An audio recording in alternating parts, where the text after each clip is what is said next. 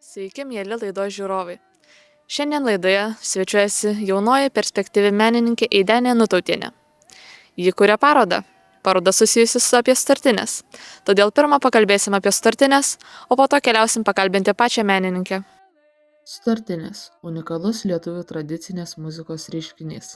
Tai meno rūšis, kurioje darniai susilieja šokis, žodis ir muzika. Daugelis giedamųjų sutartinių yra palydimos paprastų saikingų šokių judesių, vaikščiojimo ratu, pora priešais porą, susikabinus rankomis, kartas nuo karto į ritmą primušant koją.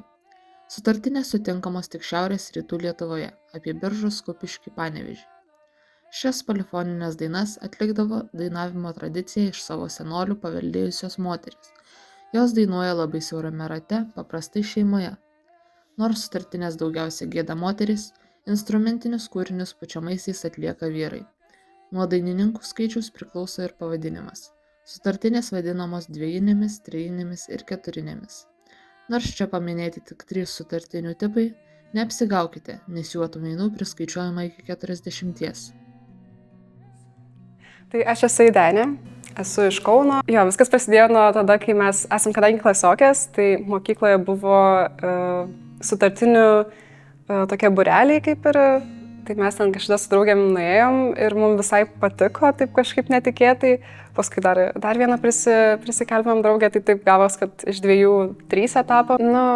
Pradžiai buvo, kad darom, nes mums fainai. Ir tada prasidėjo, kad ten ta mūsų, kur vedė tos būrelius muzikos mokytoja, į ten vieną festivalį mus nuvedė, mums tai visai patiko čia pasirodyti kažkur atrodo. Ir tada dar netyčia sugalvojom į Lietuvos talentus nuvaryti.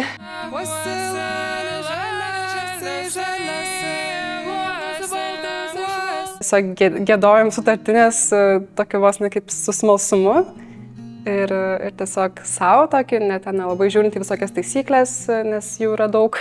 Tai mes gal to tarimo nelabai žinom, bet giedam taip, kaip įsivaizduojam, galbūt, kad ten kažkur tartis arba kažkur girdėjom, kad kažkaip natūraliai tiesiog pačiom jaustusi.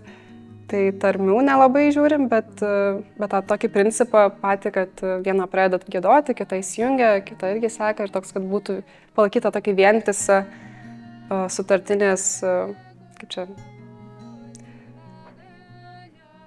tokį vientisumą, kad atsirastų toks bendras sąskambis, tai mes jį stengiamės palaikyti ir tokį, pabandyti tas natas visgi žiūrėti, bet tiesiog taip, kaip mums jaučias labiau.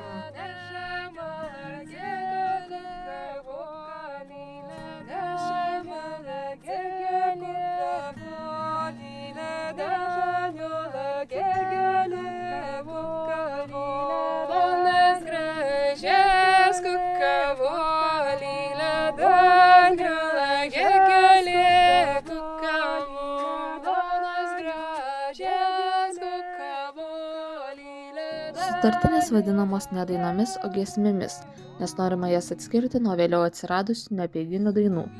Šių unikalių giesmių tekstuose gausu archaiškų garsažodžių. Pavyzdžiui, čiūto, tūto, rūto, tityti, tatatao, dūno, tūto, kurių reikšmę šiandien galime tik numanyti.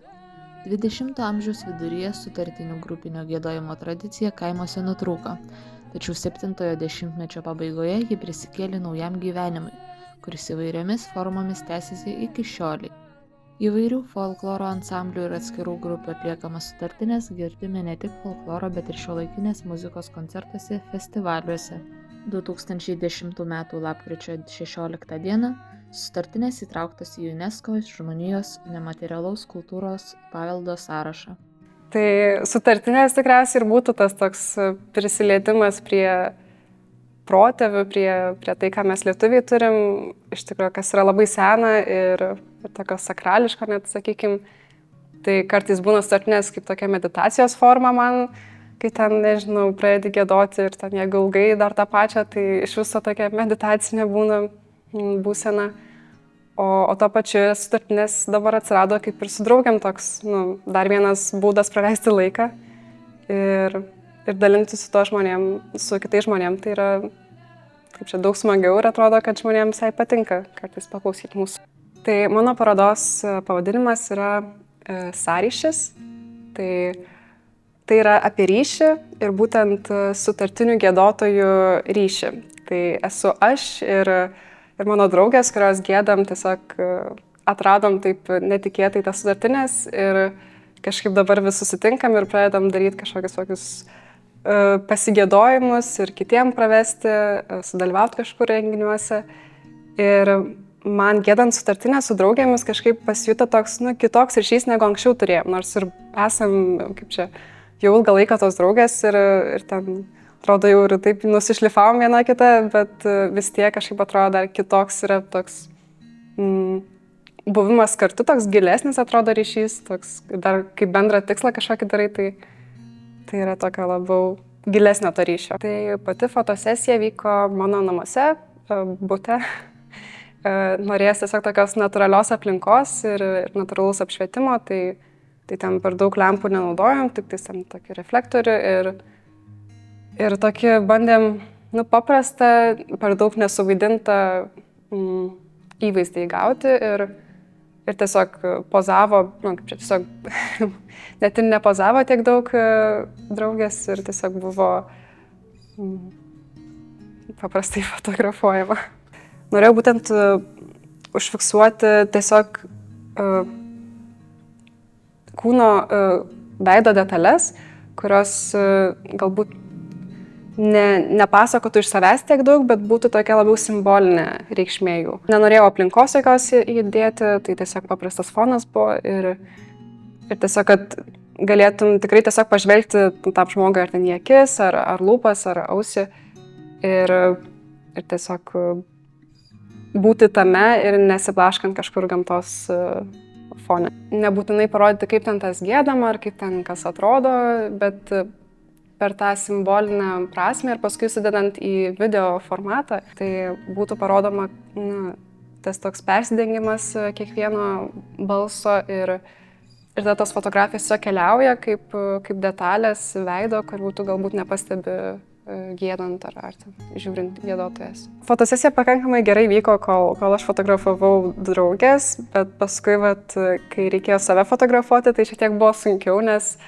nei ten žinai, ar ten sufokusavo gerai, nei ką, kažkaip pas mane ten neapsisuka kamera, tai negali taip lengvai pažiūrėti, tai toks buvo šiek tiek tame sunkumu, bet tiesiog bandant daug kartų paskui pavyko ir kažkaip pagavau tą būtent norimą kadrą ir kad fokusą pagauti ir tiesiog daugiau gal tada stengiausi redaguojant nuotraukas jau atrinkti, kurios yra tikrai geresnės, bent kokybę ir tada žiūrėti, apkirpti kaip nors. Manau, kad tokia šiek tiek kitokia šita fotosesija buvo, nes nebandė perteikti to tokio,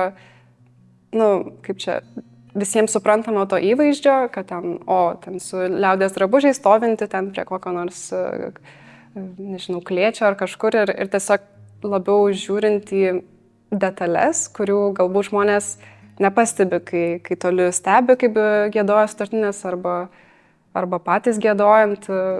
Tai čia labiau toks buvo bandymas pažvelgti iš pačio giedotojo pusės. Nes kai giedi, tai tu turi labai gerai klausyti kitų, kas gieda ir bandyti paderinti savo balsą, girdint kitas giedotojas ir dėl to aš pasirinkau fotografuoti ausį, vieną iš elementų. Paskui kitas elementas buvo lūpos, tai simbolizuoja, kad tiesiog reikia dainuoti, taip tikrai tikslės natas pakankamai ir tada sekantis buvo akys, tai akys irgi pakankamai svarbus sutartinėje akių žvilgsnis, tas toks perdavimas, tai kai giedi stengiasi ne tik tais dainuoti, bet ir to pačiu ir žvilgsniu perduoti tą sutartinę. Tai visą laiką, kaip keliauja balsai, taip keliauja ir žvilgsnis ratu.